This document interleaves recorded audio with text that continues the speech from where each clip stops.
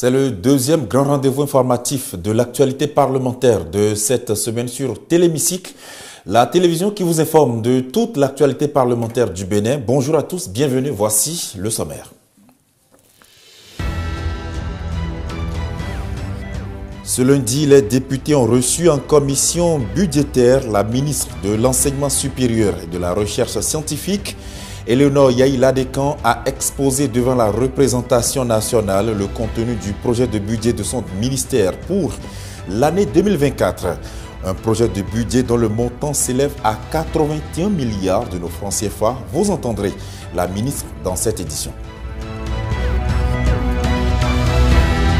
Jeudi dernier, le gouvernement était aussi devant les députés, mais pour répondre à des interrogations conformément à la Constitution. Les députés ont examiné, entre autres, une question orale avec débat sur les ratifications des accords de crédit par le président de la République. Un moment de débat où les députés des différents groupes parlementaires ont donné leurs appréciations.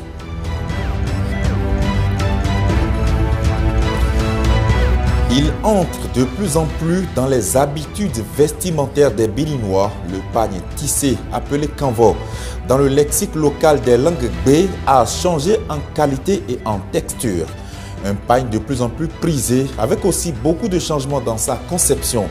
Dans le magazine, Oceana Moussou nous conduira à la découverte de ce tissu.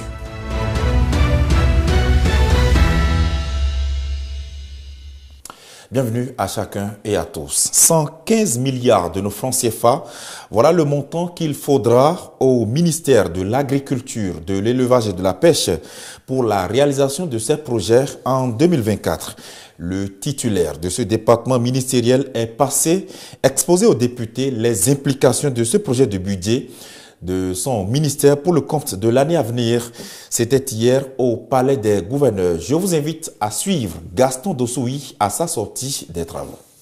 La prévision budgétaire au titre de cet exercice est de 115 milliards 375. Il est en hausse de 15% par rapport à l'année dernière et singulièrement au niveau surtout des investissements, il est en hausse de 15,30%. En cette année 2024, nous sommes vraiment en année de croisière sur le déroulement du PAG 2. Et beaucoup d'actions devraient pouvoir aller vite. En l'occurrence, les actions relatives à la fourniture et à l'accompagnement pour améliorer la productivité agricole et les productions, les actions pour faciliter et accompagner les acteurs dans la transformation de nos produits pour créer plus de valeur ajoutée, pour créer plus d'emplois sont nos préoccupations. Dans les faits et concrètement, qu'est-ce que nous faisons aujourd'hui pour être certains que demain ne sera pas chaud en matière de sécurité alimentaire et nutritionnelle, pour produire davantage du riz, produire davantage de maïs et faire gagner de l'argent aux divers producteurs. Qu'est-ce qu'on fait pour produire davantage de lait, de la viande, surtout lorsque nous avons en perspective qu'à l'horizon 31 décembre 2024, nous n'allons plus importer des produits à base de volaille. Qu'est-ce que nous faisons pour doper davantage nos systèmes d'élevage, nos systèmes d'aquaculture, nos programmes de pêche et avoir des produits halieutiques de qualité? C'est tout cela, la structure de ce programme 2024. Le budget 2024 est structuré en 4 grands programmes. Un programme d'appui au service du secteur qui, au fait, fait à peine 7,8% du budget. Mais un programme agriculture, production végétale, toutes les spéculations confondues en production végétale, qui fait à peu près 89 milliards, soit 77% du budget. Un programme élevage qui absorbe à lui 9,2 milliards de francs contre 7,1 milliards l'année passée. Et un programme d'aquaculture et pêche d'un montant de 7 milliards 75 millions contre 5 milliards 6 l'année dernière. Parlons éducation tout de même, je vous le disais en titre avec le ministère de l'Enseignement supérieur et de la Recherche scientifique qui compte améliorer le système d'évaluation des universitaires et bien sûr l'ensemble des prestations en termes d'œuvres sociales au profit des étudiants dans l'année 2024. Pour ce faire, un projet de budget d'un montant de plus de 81 milliards de nos francs CFA est élaboré et les députés en ont été imprégnés hier. C'est la ministre de l'Enseignement supérieur et de la Recherche scientifique, Eleonore Yaïla-Decan, qui les a entretenus à ce propos. Je vous invite à l'écouter. Ce projet de budget traduit une ambition qui nous porte sur un montant de 81 milliards 476 millions 997 498 contre évidemment une même ambition un peu plus prononcée l'année dernière de 85 milliards 619 millions 889 000, ce qui traduit évidemment une petite réduction de 4,84%. Pour l'année 2024, nous maintenons notre rigueur dans la poursuite des réformes parce que ces réformes se sont montrées salutaires. Nous avons déjà vu les résultats très positifs, d'ailleurs que les honorables députés, peut-être je reviendrai là-dessus, ont beaucoup apprécié. En effet, la question de la qualité de la formation dans nos universités est une question centrale. C'est une question prioritaire pour le gouvernement de la rupture et nous comptons maintenir donc cette rigueur en agissant sur aussi bien les offres de formation qui ont été déjà harmonisées, faire en sorte que ces offres de formation soient alors évaluées et que ces offres de formation soient dynamiques pour vraiment accompagner nos diplômés. Les diplômés qui sortent doivent avoir leur sourire quant à leur insertion professionnelle. Même chose pour la qualité des acteurs. Les étudiants sont au cœur de nos ambitions. Donc si nous voulons que la qualité de la formation soit bonne et que nous voulons que l'environnement du travail soit également bon, c'est pour eux. Nous n'avons pas manqué de voir qu'est-ce qui va directement aux étudiants, telles que leurs allocations. Nous avons déjà atteint un niveau important. On a réussi à tourner la page d'attente longue quant aux allocations. Maintenant, nous comptons poursuivre dans la même dynamique afin que les étudiants puissent avoir leurs allocations à temps. Et dans le secteur de l'artisanat, le gouvernement entend poursuivre ces réformes dans l'organisation des examens de qualification professionnelle. Le ministère des petites et moyennes entreprises aura donc besoin d'un budget qui s'élève à 10 milliards de nos francs CFA pour le compte de l'année 2024. Le ministre Modeste Tiounté Kérékou est passé également devant la représentation nationale. L'enveloppe budgétaire pour la gestion 2024 de notre département ministériel s'élève à un peu moins de 10 milliards, exactement 9 milliards 908 millions 296 016 francs CFA. Cette enveloppe est répartie dans les 3 sous-secteurs dont nous avons la charge, notamment le sous-secteur emploi, le sous-secteur PME et le sous-secteur artisanat. Pour le compte de l'année 2024, nous avons détaillé devant les honorables députés les programmes qui sont déjà mis en œuvre et qui vont se poursuivre pour adresser les questions d'opportunités d'emploi, les questions d'appui aux petites et moyennes entreprises et les questions d'appui aussi à l'important secteur de l'artisanat à travers un certain nombre de réformes qui sont pour certaines arrivées à achèvement, notamment dans le secteur des PME et dans le secteur de l'artisanat et pour d'autres en cours, notamment dans le secteur de l'emploi. Notre budget pour l'exercice 2024 est en augmentation d'un peu plus de 350 millions. Il cumule à 9 milliards 906 millions et plus. Parlons justice à présent avec le ministère dédié à ce secteur, dont le projet de budget s'élève pour le compte de l'année 2024 à un montant de 37 milliards de nos francs CFA. Pour dévoiler aux députés les grands projets en vue dans ce ministère, c'est le garde des Sceaux, ministre de la Justice et de la Législation, qui était au Palais des Gouverneurs hier. Je vous propose de suivre le ministre Yvon Dethiénou à sa sortie des travaux. Au titre 2024, nous avons un budget de l'ordre de 37 milliards 213 millions 536 000 francs CFA, qui est globalement en augmentation de 45,90% par rapport au budget de l'année 2022.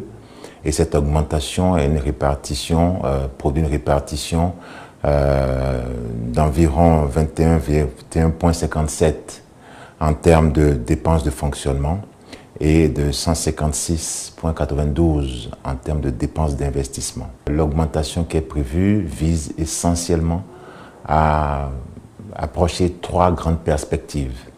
La première perspective est celle de la numérisation, ou si on veut, celle de la dématérialisation au niveau de la justice. Cela implique l'acquisition de matériel, cela implique essentiellement la mise en place d'une certaine problématique, c'est de certains équipements pour la numérisation entière des décisions judiciaires.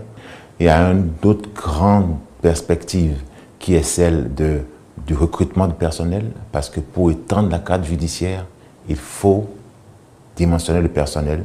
Il faut donc qu'il y ait plus de magistrats, il faut qu'il y ait plus de greffiers, il faut qu'il y ait plus de personnel affecté au service judiciaire. Il faut également des agents dans les établissements pénitentiaires. Donc il faut du recrutement, il faut dimensionner le recrutement par rapport aux besoins des juridictions, aux besoins des unités judiciaires, et donc faire en sorte que tout coïncide pour que le travail soit fait de manière optimale à ce point-là. Et dernier point par rapport aux grandes perspectives, c'est toutes les infrastructures.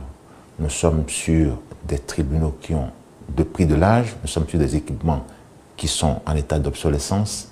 Il faut donc faire en sorte que l'infrastructure reflète le visage de ce que la justice, de ce qu'on veut faire de la justice, de ce que les populations attendent de notre justice. Donc étendre, construire, réhabiliter les juridictions, construire de nouvelles juridictions, construire d'autres établissements pénitentiaires et donc avoir un peu plus de proximité avec nos populations. Les députés ont également reçu, toujours dans la journée d'hier, le président de la Cour constitutionnelle du Bénin. L'institution qui entend œuvrer dans plusieurs domaines en 2024, dont notamment la dématérialisation de ces actes. Je vous invite à suivre le président de la Cour constitutionnelle du Bénin, le professeur Dorothée Sosa, à sa sortie de son tête-à-tête avec les députés. C'est un budget concernant une année transitoire.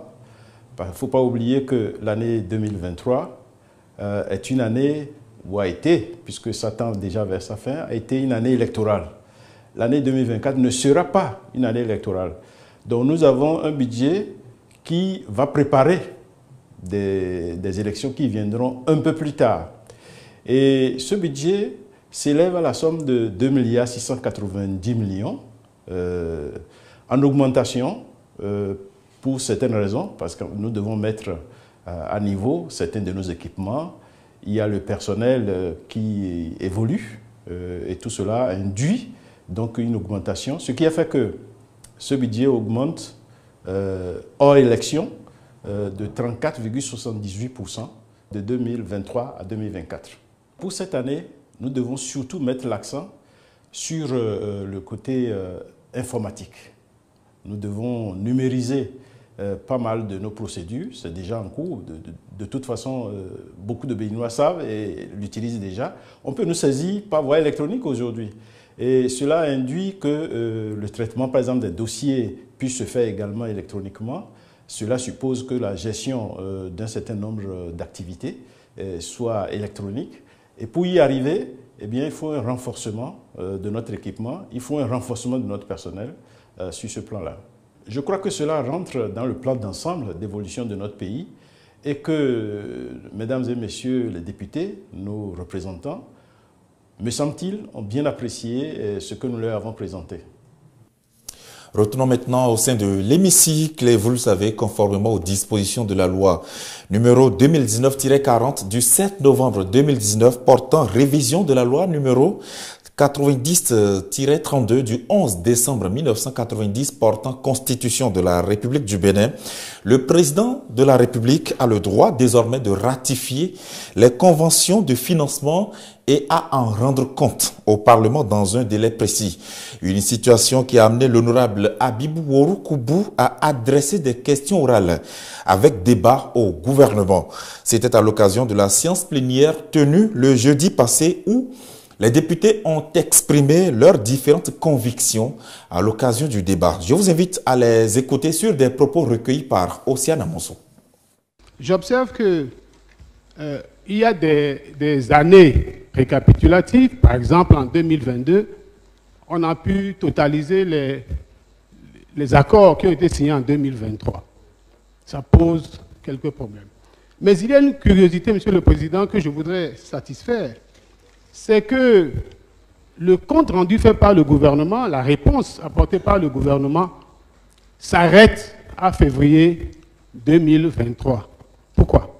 Est-ce que nous avons peur d'aller dire aux populations que nous sommes incapables, de faire le job parce que nous n'avons de cesse de dire que nous représentons le peuple, Mais ce peuple-là que nous représentons, nous avions fait le choix il y a quelques années de les laisser dans l'obscurité parce qu'on bloquait les accords, les ratifications au Parlement. S'il faut renoncer à nos lourdeurs pour que nous finissions à jamais avec qui État, il faut le faire.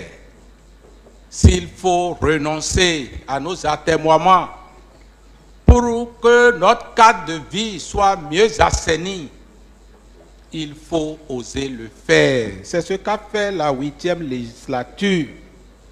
Nous avons constaté, tout régime confondu, que la politique politicienne de notre Parlement a toujours fait tourner les exécutifs au ralenti. Je dis bien, tout régime confondu.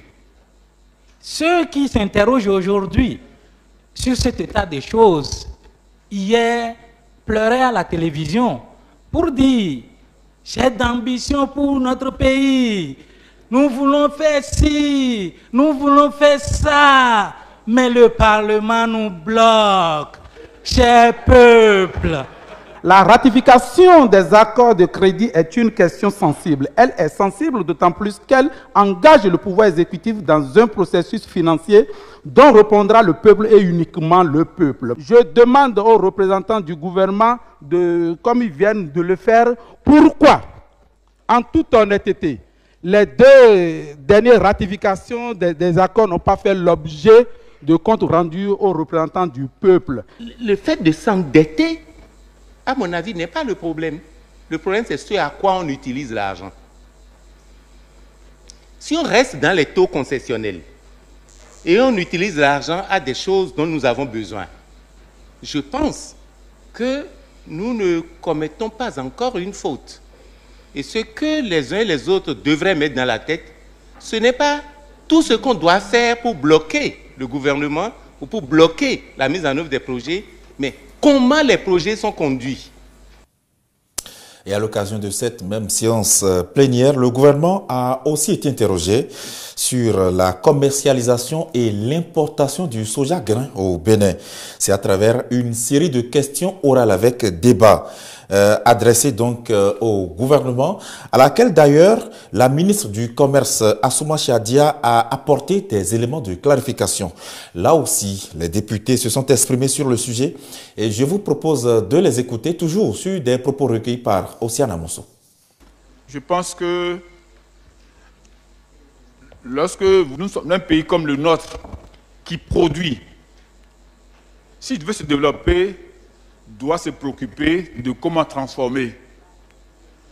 Et si vous attirez ceux-là qui doivent transformer et que vous ne leur mettez pas à disposition le nécessaire pour la transformation, d'abord, ça veut dire que vous créez des problèmes dans la société parce que c'est la main-d'œuvre qui ne pourrait pas être utilisée et puis c'est des usines qui peuvent fermer. Madame le ministre vient de dire que ces dispositions ne sont pas abrogées, ou bien si j'ai mal entendu. Ça veut dire quoi? Ça veut dire que jusqu'en avril, on peut s'attendre à quoi? À quoi est-ce que nous pouvons nous attendre par rapport à la commercialisation de ces produits? Mais la production de soja était à 5000 tonnes avant son arrivée au pouvoir il y a 8 ans, moins de 8 ans. Et aujourd'hui, nous parlons de 600 000 tonnes. Et vous ne voulez pas féliciter un gouvernement comme ça? C'est parce que c'est un homme de génie. Et il maîtrise le domaine agricole encore plus que tout. Et c'est pour ça que les filières ne font que bondir. Et vous devez pouvoir accepter cela. À écouter et à entendre Madame le ministre, exporter les produits bruts, c'est exporter non seulement l'emploi, les intérêts, en un mot, c'est exporter le développement du pays. Alors, vouloir transformer les produits à l'intérieur, c'est amener la main-d'œuvre. Et comme on vient de l'entendre, il y a une projection de près de 20 000 emplois. J'aurais applaudi, tel que le président Tchad l'a dit, si ces mesures prises-là n'avaient pas créé des dommages. Les mesures prises ont créé des dommages, Monsieur le Président. C'est ça qui nous gêne. On nous dit d'applaudir les dernières mesures prises. C'est bon. Mais les dommages qui ont été créés, qui supportent les conséquences? C'est le problème qu'on est en train de poser. Donc, il est important que, à un moment donné, le gouvernement puisse véritablement écouter. Le ministère du Commerce, ce n'est pas n'importe quel ministère, ce n'est pas créé aujourd'hui. Monsieur le Président, j'aimerais saluer les mesures prises par le gouvernement. Et les gens croient que M. Talon est quelqu'un qu'on a mené de l'extérieur pour notre pays. M. Talon a fait toute sa carrière dans le secteur agricole. Et il connaît bien les mots qui minent ce secteur agricole. Et la ministre du Numérique et de la Digitalisation était aussi devant les députés le jeudi passé. C'était pour répondre également aux préoccupations des députés par rapport à la lutte du gouvernement contre la cybercriminalité au Bénin. Une série de questions orales avec débat posées par le député régional Koumagbe Afide. Voici les participations au débat des membres de la représentation nationale, propos recueillis par Estelle Dokono. On souhaite qu'on donne à l'aspect pénitentiaire que les centres pénitentiaires deviennent également des centres de formation au métier et des centres à la production, comme cela se fait dans certains pays. Notre pays est en train d'aller un peu vite sur le plan numérique et il faut faire attention. Et comme Madame la ministre est là, nous sommes en train d'aller vers l'intelligence artificielle alors que nous ne sommes pas suffisamment sécurisés déjà. Or, l'intelligence artificielle, c'est encore un autre univers qui est en train de s'ouvrir. Et même dans les grands pays, des puissants du monde comme Elon Musk ont même demandé qu'il y ait une pause de quelques mois pour réévaluer les choses. Voilà que nous, on est tout petits et on veut courir comme les grands. J'espère qu'on ne va pas s'essouffler et tomber en chemin.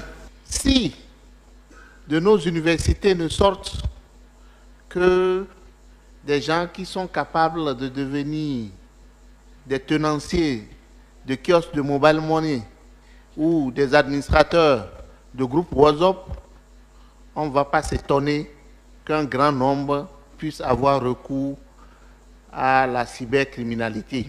Le gouvernement doit pouvoir accélérer le programme de formation professionnelle pour que ces gens-là puissent avoir quelque chose à faire. Est-ce qu'il n'est pas temps d'évaluer l'actuel code sur le numérique qui visiblement fait plus de tort au lieu d'accentuer son action sur la répression et tout autre? Il faut sensibiliser et éduquer les populations. Il faut renforcer la capacité des forces de l'ordre, des procureurs et des juges. Il faut renforcer la coopération internationale dans la cybercriminalité, car la cybercriminalité, est un problème transnational. Il est important de coopérer avec les autres pays. Je voudrais profiter de l'occasion pour remercier donc l'OCRC qui fait un travail formidable. Mais je voudrais que le gouvernement puisse suivre, puisse avoir un suivi par rapport à ces jeunes-là qui sont déposés dans nos géoles. Parce qu'on constate que depuis les géoles, ces jeunes continuent de travailler allègrement. Chers collègues, depuis quelques mois, le gouvernement a entrepris une lutte farouche, une répression sans répit contre les cybercriminels. Une action appréciable, car l'image du pays prenait sérieusement un coup avec ce fléau. Mais si cette vaste campagne répressive, pour s'en prendre au mal, reste salutaire, il faut cependant mener une réflexion plus profonde sur le phénomène, en l'occurrence sur ses causes. Il conviendra, tout en menant la répression dans le respect des droits humains et surtout de la présomption d'innocence, de travailler à s'attaquer aux causes pour une solution plus durable et pertinente. Ainsi va l'actualité parlementaire telle que vue et traitée par notre rédaction. Voyons maintenant ce que nous proposent les autres rédactions en ce jour.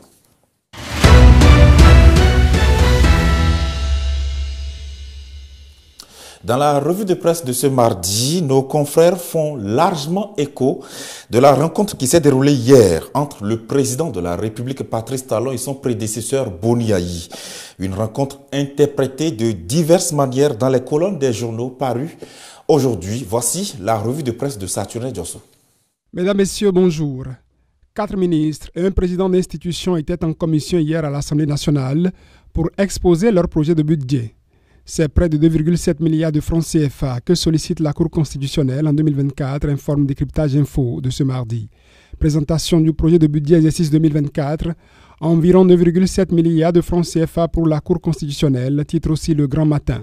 Pour Matin Libre, Dorothée Sosa a défendu un budget en hausse.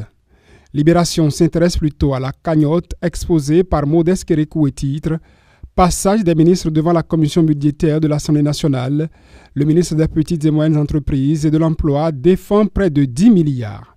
Fraternité à propos du passage de la ministre de l'Enseignement supérieur et de la Recherche scientifique informe que devant la commission budgétaire de l'Assemblée nationale, Éléonore Ladékan Yayi a parlé d'un montant de 81 milliards 476 millions 997 498 francs CFA contre une même ambition de 85 milliards 619 millions 889 000 francs CFA pour l'année 2023, ce qui traduit une petite réduction de 4,84%. Pendant que ministres et présidents d'institutions défendaient leur projet de budget à l'Assemblée nationale, le parti Les Démocrates était en séance avec le président de la République à la présidence. La rencontre tant attendue a eu lieu dans l'après-midi d'hier lundi et les journaux en font le point. Près de 4 heures d'échanges, de promesses obtenues opposant en prison et en exil, talons catégoriques, lieu d'espoir par contre pour les étudiants incarcérés, titre Matin Libre avant de détailler entre autres. La question attendue par tout le peuple béninois, la libération des opposants Réki Amadougou, Joël Aïvor, de même que le retour des exilés n'a pas trouvé un écho favorable auprès de Patrice Talon. C'est le président Boni Yayi même qui a conduit le plaidoyer. Il est difficile de parler de paix sans parler de nos compatriotes en prison, ceux qui sont en exil aussi. Vidons cette question, je demande pardon pour Réki Amadougou. Comprenez le sens de mon pardon, a demandé Boni Yayi. Mais, poursuit Matin Libre, le chef de l'État a été catégorique. Monsieur le président Boni Yayi, je vous ai déjà dit que je ne compte pas gracier Réki Amadougou à lancer Patrice Talon. Cause perdue pour Madougou et compagnie, conclut Fraternité, qui confirme aussi qu'il y a eu accord de principe sur l'audit de la liste électorale à cette rencontre entre Talon et les démocrates à la Marina. Talon dit non à Yayi pour le cas Réki Amadougou, informe Libération, pour qui l'opposition espère la loi d'amnistie. Niet, dit Patrice Talon, lit-on dans Libération. Pour le Béninois libéré, Talon vient de se pendre en lançant la campagne de les démocrates pour 2026. La nation se concentre sur le gain de cette rencontre. Talon autorise l'audit de la liste électorale, titre le quotidien du service public. Fin de cette revue. À demain. Une revue de presse qui nous est proposée par Saturne Diosso qui va nous revenir demain avec les parutions du mercredi. Nous allons maintenant passer à la page magazine.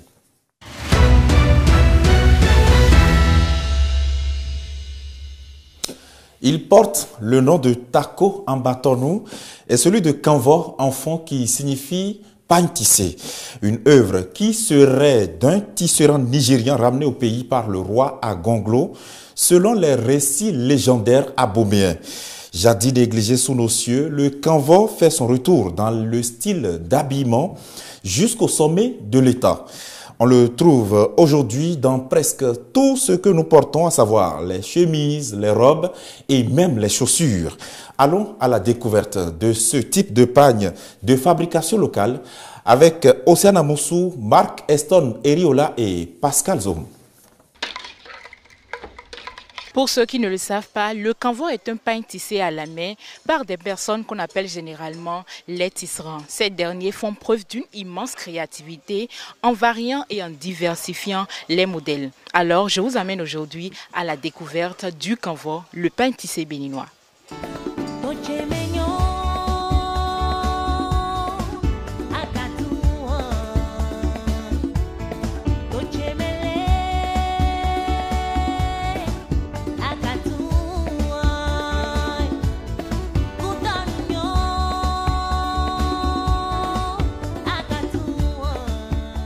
C'était l'idée de nos grands-parents qui avaient réfléchi à comment faire pour s'habiller.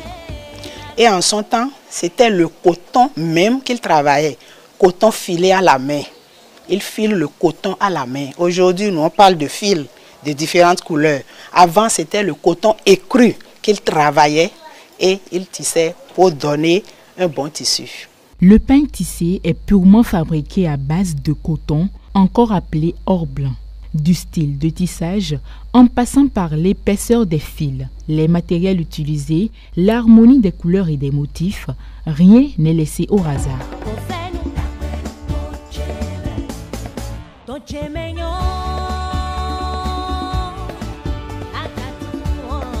Pour faire le canvas, il faut commencer par l'audissage. L'audissage, c'est-à-dire le filet en bobine d'abord et vous le transformez. Donc, vous faites l'audissage. Après, vous faites l'enfilage. C'est ça que je suis en train de faire ici. L'enfilage. Après l'enfilage, vous mettez ça dans les peignes. Ça, c'est le peigne. Vous mettez dans les peignes. Après, vous mettez dans le peigne et c'est fini. Vous faites les démêlages, les noises. S'il faut faire les nœuds quelque part, s'il faut corriger les fautes, vous les faites. Et le tissage, ça commence. Depuis quelques décennies, le pagne tissé n'a plus rien à voir avec celui que portaient les rois. Il est beaucoup plus modernisé, plus varié, raffiné et donc plus pratique. Les crus que nos grands-parents faisaient étaient très très lourds. Mais aujourd'hui, avec le fil d'aujourd'hui, nous avons le fil coton et le fil polyester. Donc le fil polyester, c'est ça qui donne beaucoup plus de chaleur. Quand c'est un peu lourd, ça donne de chaleur. Mais le coton, vraiment, avec le coton, c'est bon, c'est souple, vous portez. Même pour les couturiers, quand c'est du coton, le couturier vous fait la tenue, c'est bien posé, quoi.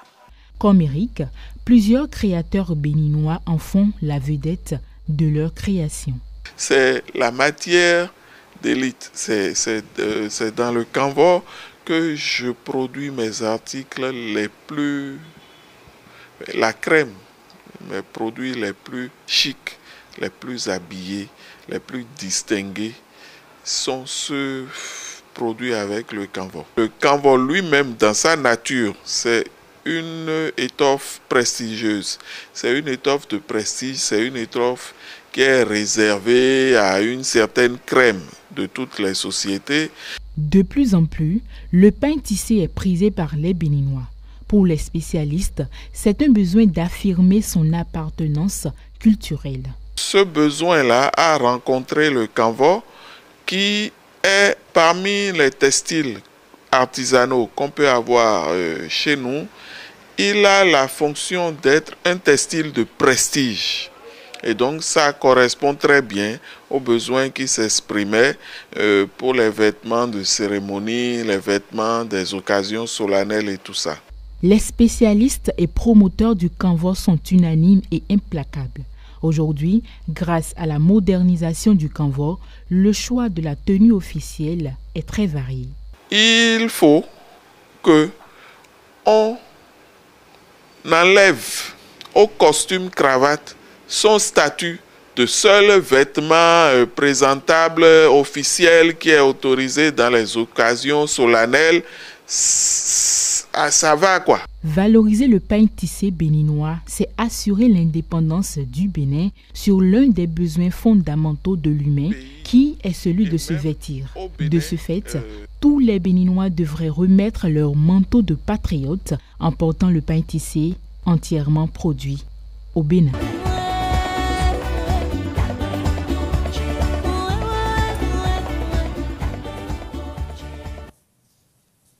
Voilà donc pour cette production soutenue par la musique empruntée à l'artiste béninoise Fati. C'est ici que nous fermons les portes de ce grand format de l'actualité sur Téléhémicycle pour le compte de cette journée. Merci de nous avoir suivis. À demain.